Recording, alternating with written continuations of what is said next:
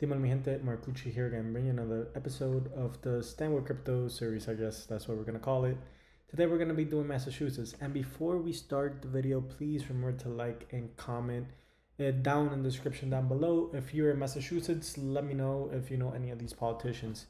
So, and with that being said, people in the last video that I made about politicians and kind of elections in general told me like, crypto is not the reason why you should vote for this candidate and this candidate, and that is true. I did mention it in one of the videos. I said this isn't to sway your vote, and if he's pro crypto, then he has to get your vote. No, no, no. This is just my part in educating people in what the candidates are going for, right? Who the candidates are, because most people, me included, don't know even who the candidates are. So just getting to know the candidates and their stance on crypto. Uh, the election shouldn't just be based on crypto. It should be education, healthcare, gun laws, abortion, wars, taxes. A lot has to do with this, but this is just my part, since we are a crypto channel, in discussing where the candidates are in terms of crypto and how that may affect you, because at the end of the day, these people are the ones that make the laws or sign the laws or have any say in what you do. So I do think it's important to at least get that knowledge out to who you're voting for and what their beliefs are in terms of crypto. Anyways, let's do Massachusetts. uh, I I didn't live in Massachusetts, but I lived close to Massachusetts for a while, and it was cool. The people there are cool, and I have a lot of friends in Boston, and one of my uncles is in Boston too, and lovely, lovely state, I will say. Anyways, this is for the U.S. Senate race, and it's gonna be John Deton, Republican, and he's a recommended candidate. I did not know who he was, but it looks like he's a crypto lawyer, and he has a lot of different stances in crypto, and it looks like he's really, really involved. And I think someone kind of like endorsed him recently. Anyways, he's a well-known crypto lawyer. Says that regulation actions against the crypto industry point to a significant government overreach and intrusion into the private sector. So, and then we have Miss Elizabeth Warren. She's a Democrat. She gets an F. She is strongly against crypto. She voted against the SAB 121 House resolution, as well as she has a lot of comments. She has 83 comments, one of the most that we've seen so far. She also sponsored the Digital Assets Anti-Money Laundering Act of 2023. And last but not least, she was really critical of FTX and Sam Bankman-Fried, as she should be. No disrespect, but she said Sam Bankman-Fried stole customer money and threw it at lawmakers to try to advance his crimes. Well, Miss Elizabeth Warren, you have close ties with Sam Bankman-Fried, and this isn't a conspiracy theory, anything. Bankman-Fried's father, Joseph Bankman, endorsed a tax-related bill proposed by crypto critic Senator Elizabeth Warren. And not to mention, Sam Bankman-Fried, donated to both parties, both Democrats and Republicans, in the 2022, midterms, giving away $70 million to both parties. So this is kind of the bill. I'll leave it down in the description down below so you guys can see it. So it's just, don't get me wrong, like me, I said I'm not for any party, nor Democrat, Republican, Independent, whatever. And I do not believe in whatever politicians come out of their mouth, right? So she might be dissing them on one side and helping them on the other. So, take this with a grain of salt, but from her stance, it looks like, she voted against some stuff that I don't agree with her votes. Anyways, let's go to District 1. District 1 is Richard Neal. He's a Democrat. He gets an F. He's strongly against crypto. He voted against the CBDC Anti-Surveillance State Act. He voted against the FIT 21. and he voted against the SAB 121. He is running against Anthony Celata, independent, no stance on crypto, and Nidia Mijaron, independent, no stance on crypto either. Let's go on district number 2. District number 2 is Jim McGovern. He voted against the CBDC Anti-Surveillance State Act. He voted against the FID 21, and he voted against the SAB 121. He's running against Cornelius Shea, independent. He has no stance on crypto. District number 3 is Lori Trahan. Voted against the CBDC Anti-Surveillance State Act. She voted against the FID 21, and she voted against the SAB 121. And it looks like she's not running against anyone. It's important that you guys know these. Watch the other videos. I'm not going to kind of like go over them, but at least know what they are.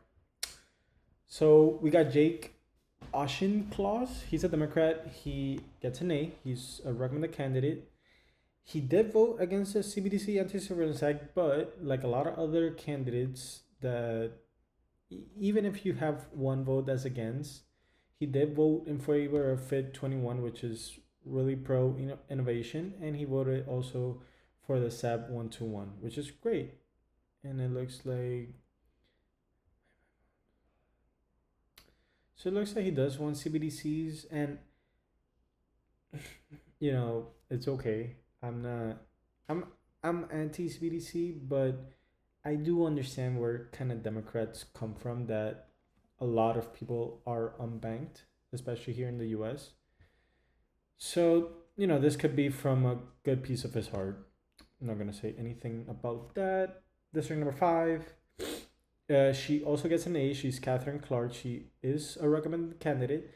She did vote against the CBDC Anti-Surveillance State Act. She did vote for the FID 21, and she did vote against the SAB 121.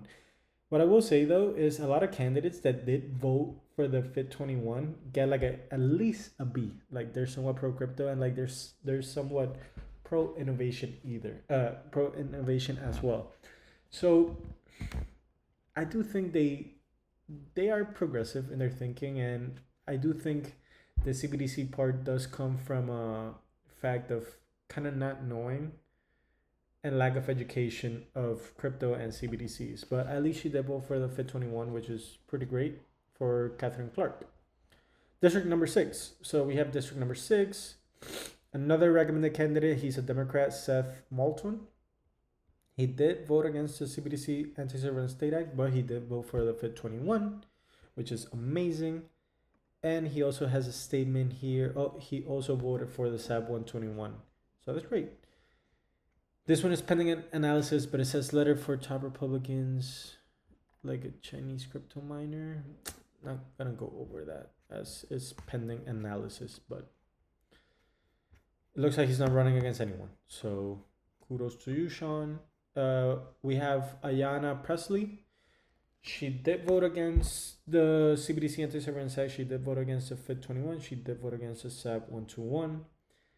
And she says, why should we trust the Fed with creating CBDC? Given how long it's taking to the Fed to get Fed now off. That is right. She is not wrong. Let me actually read this. Let's see what she has to say. Bernhard says the delay on Fed now was because of public debate over what the Fed should do took time to get support. I do agree with her. Like, why should we trust the Fed in anything they do? But the Fed is there to kind of protect you, or protect against inflation, or no comment on the Fed. But we have District number 8. We have Robert Burke. He is a Republican, no stance. And then we have Stephen Lynch, a Democrat. He's strongly against crypto. He has 17 statements. He voted against the CBDC Anti-Surveillance Act. He did vote against the FID 21, and he did vote against the SAB 121. And looks like just somewhat anti-crypto, neutral. And and this is arranged going through and implementing. Some of it. Okay, so I don't know. Looks like he's wants CBDCs, which no bueno. And last but not least, strict number 9, and it's Dan Sullivan. He's a Republican, no statement on crypto, and Bill Keating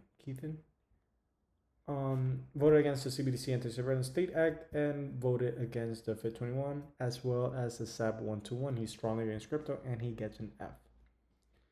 So that is it. That kind of does it in Massachusetts. What I did learn about the video is that I will probably never live in Massachusetts as it is so anti-crypto. So yeah, some candidates do have I do believe that they want innovation and they're kind of just uneducated in the matter, but hopefully that changes in a couple of years when people are more educated and people see the benefits of owning crypto and owning a permissionless system that lets you move around money freely around the whole world. Anyways, intrigued to your thoughts, please let me know what you think about the video. I think I will crank out 3 or 4 of these videos a day because elections are coming up. So I do want to get as much information out as possible. So stay tuned. Love you guys. See you on the next one. Bye-bye.